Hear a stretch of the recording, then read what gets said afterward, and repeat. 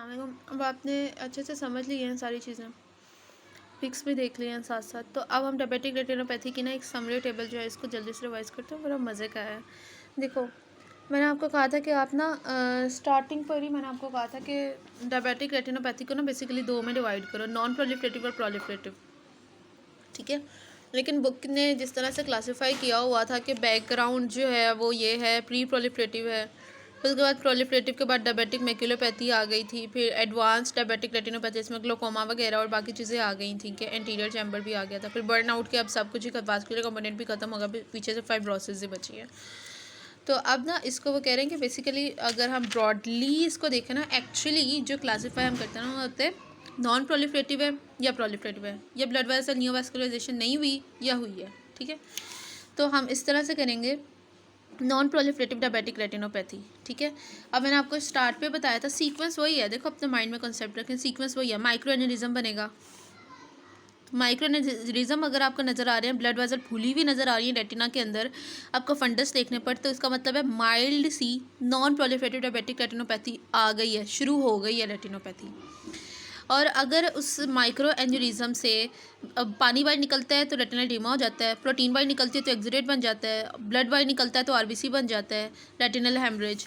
तो ये वाली चीज़ें आ जाती हैं कि रेटिनल हेमरेज, एक्सुडेट और कॉटन वूल स्पॉट्स। ठीक है, विनस ब्लीड हो या ना हो, तो इसका मतलब है अब मॉडरेट पे आ गए हम।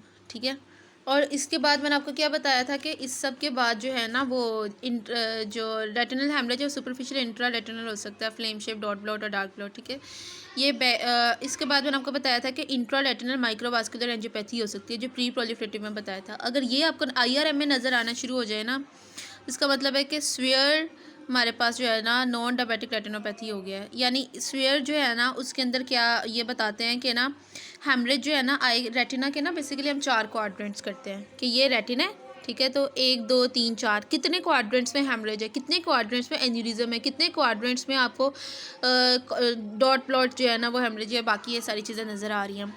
तो रूल है 4-2-1। ठीक है, इसमें से कोई भी एक चीज़ मतलब हो, यानी कि जो 4 क्वाड्रेंट्स हैं। ठीक है, ठीक है, कि हमारे पास जो 4 क्वाड्रेंट्स हैं, इन चारों क्वाड्रेंट्स के अंदर जो है वो हेमरेज हो, या 2 क्वाड्रेंट्स के अंदर जो है वो वेन से ब्लीड हो। ठीक है, वेन से सिग्निफिकेंट ब्लीड हो। ठीक है, 2 या 2 से ज़्यादा क्वाड्रेंट्स में, और किसी एक क्वाड्रेंट में आपको IRM में नज़र आ जाए। ठीक है, मॉडरेट सा। 4 क्वाड्रेंट्स है ना। अगर मैं इसको बोलूँगी कि ये मेरे पास जो है ना वो क्या नाम है स्फीयर जो है वो बन गया, वो तब जब मैं इसमें भी इसमें भी इसमें भी इसमें भी चारों में मुझे हेमरेज नज़र आएगा। ठीक है, कम से कम 2 क्वाड्रेंट्स में मुझे वेन से ब्लीड नज़र आएगा। ठीक है, 2 क्वाड्रेंट्स में वेन से ब्लीड नज़र आएगा, और कम से कम एक क्वाड्रेंट में मुझे इंट्रा रेटिनल, ठीक है, जो माइक्रोवास्कुलर एंजियोपैथी है ना वो नज़र आएगी। ठीक है, तो इसे मैं बोलूँगी अब जो है ना वो डायबिटिक रेटिनोपैथी जो है ना हमारे पास जो नॉन प्रोलिफरेटिव है ये बहुत शदीद हो गई है, मतलब अब चांसेस हैं कि प्रोलिफरेटिव में कन्वर्ट हो। अब उसके बाद जो है ना वो अगर ये एक तो ये है ना, अगर इसके बाद भी इसको कंट्रोल नहीं किया गया ना, तो अब यही जो मैंने क्राइटेरिया बताया ना, ये 2 और more of the criteria for sphere. ठीक है, यानी कि जो नॉन डायबिटिक रेटिनोपैथी है इसमें से कोई एक चीज़ ऐसी है जो बहुत ज़्यादा स्फीयर है, तो फिर इसका मतलब अब वेरी स्फीयर मतलब हम में लैंड कर चुके हैं। अब यहाँ तक कहानी ख़त्म हो गई, हमने बहुत कुछ ख़राब कर दिया ना। आगे जो कहानी थी ना हमारे पास, जितनी भी मैंने यहाँ से शुरू की थी न्यूवास्कुलराइजेशन के बाद, जिसमें मैंने एहतजाज किया कि जो डेड हो गया, फिर VEGF vascular endothelial growth factor आया, न्यूवास्कुलराइजेशन हुई, डिस्क भी हुई तो NVD, एल्सवियर हुई तो NVE, आइरिस भी हो गई तो NVI। ठीक है, तो NVI। और जो उसके बाद मैंने जो भी डायबिटिक मैक्यूलोपैथी की कहानी डाली थी कि फोकल है या डिफ्यूज़ है, एग्जीडेटिव है, और अगर इस्कीमिक है तो मेक्स जो है वो इस पार्ट का इस्कीमिया हो जाएगा, ये दोनों इकट्ठे हो सकते हैं।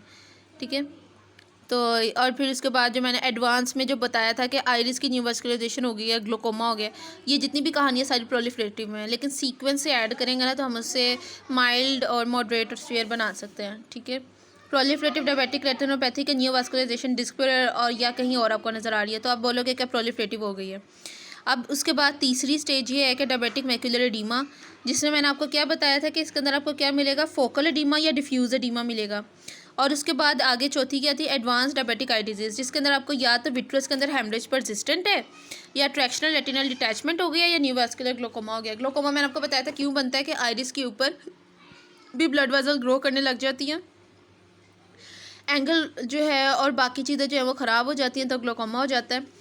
और जो यहाँ पर बताया हुआ ट्रैक्शनल रेटिनल डिटैचमेंट, मैंने आपको बताया था कि वो ये होता है कि पहले तो आपके पास जो विट्रस है वो रेटिना के साथ बिल्कुल अटैच था, उन दोनों के दरमियान जगह नहीं थी। ब्लड इतना लीक होना शुरू हो गया कि विट्रस और रेटिना के दरमियान भी ब्लड लीक होना शुरू हो गया, और विट्रस रेटिना से अलग, और यहाँ पे जो स्पेस बन गई है इससे हेलोइड स्पेस कहते हैं। तो यहाँ पे जो हेमरेज आ रहा है जो इस तरह का नज़र आता है आपको थोड़ा सा, ठीक है, बोट शेप जैसे कश्ती नुमा, यहाँ पे एक ब्लड जो है वो जमा हो गया।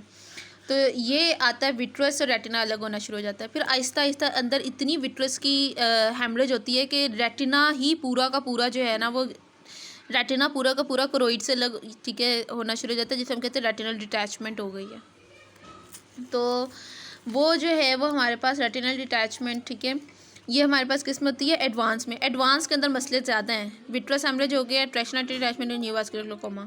अच्छा, जब हमारे पास रेटिना ब्लड आना, एक चीज़ जो है ना वो देख लें कि जब हमारे पास ये यहाँ पे ब्लड आना शुरू हो जाता है ना, तो मैंने आपको बताया था कि वीएन में किस तरह के डिफेक्ट्स आपको देखने को मिलेंगे। वो एक दरख्त देख रहा है, अब यहाँ पे उसके विट्रस के अंदर कहीं पे ब्लड पड़ा हुआ है, तो आपको पता है कि लाइट रेज जाती हैं और जाके रेटिना पे फोकस करती हैं। तो जहाँ पे ब्लड पड़ा हुआ है यहाँ से लाइट रेज सही तरह से फोकस तो नहीं हो पाएंगी ना, तो आपको उतना एरिया ना मतलब डार्क नज़र आती है, सही नज़र नहीं आता। तो वीएन लॉस मतलब इसमें डिफरेंट तरह के आपको देखने को मिलते हैं। तो सीक्वेंस ऑफ इवेंट्स ये हैं, नॉन प्रोलिफरेटिव उसमें माइल्ड था, माइल्ड में माइक्रोनिज्म हुई, फिर मॉडरेट में उसी माइल्ड से पानी निकलना शुरू हुआ, रेटिना एडिमा एक्सुडेट और रेटिनल हेमरेज, फिर उसके बाद स्फीयर, मॉडरेट आया, मॉडरेट के बाद स्फीयर आया, 4 to 1 चारों क्वाड्रेंट्स में या 2 क्वाड्रेंट्स में या एक में IRM में, फिर वेरी स्फीयर, फिर प्रोलिफरेटिव जिसमें नियोवास्कुलराइजेशन में डायबिटिक मैक्युलर एडिमा जो डिफ्यूज या फोकल हो सकता है, और एडवांस जिसमें नियोवास्कुलर ग्लोकोमा होगा, ट्रैक्शनल रेटिनल डिटैचमेंट होगी, परसिस्टेंट विट्रस हेमरेज है।